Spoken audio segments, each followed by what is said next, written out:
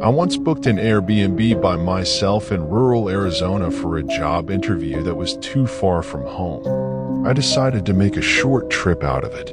This particular listing was much cheaper than any hotels in the area, about half the price. It was located about 30 minutes from where my interview would be, which I didn't mind. The house was situated at the end of a secluded dirt road, with a nice view of the desert landscape from the backyard. I brought my laptop to work on some projects for my current job during the day.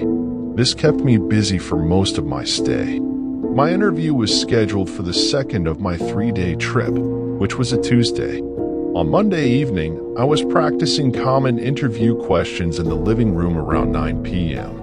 That's when I heard a faint tapping sound at the window. It wasn't quite a knock, more like a gentle tap of a finger. Naturally, my head swung towards the window, but I didn't see anyone outside in the darkness. It could have been a bug. We get some big ones out there. The next day, my interview went well, and I explored the small town during the rest of my trip. That night, while watching TV, I heard the tapping again, but this time I knew it wasn't an insect. More disturbed, I rushed to the window but still saw no one.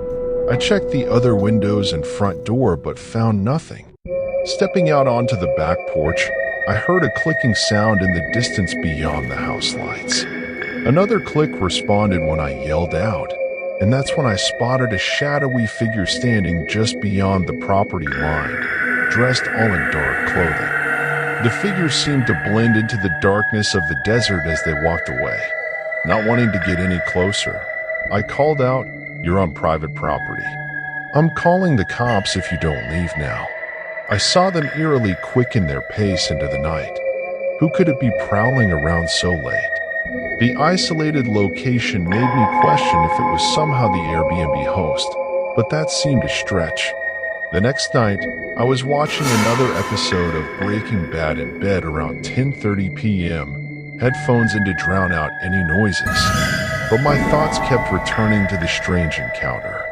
As the credits rolled and I turned off the light, a muffled click sounded from the slightly open closet within seconds. Springing from the bed in my PJs, panic set in. I ran outside and jumped in my car, starting it immediately. As I called 911, I kept my eyes fixed on the small house, half expecting to see someone emerge while reporting what happened to the dispatcher. A police car arrived shortly. We did a sweep of the place together. It was so small with few hiding spots. Nothing was found, but I packed up anyway and checked into a hotel that night, contacting Airbnb and the host. Only a partial refund was offered, leaving me unsettled. Who could have been watching and toying with me after dark? The isolated location and access suggested maybe the host, but there were no signs of forced entry either.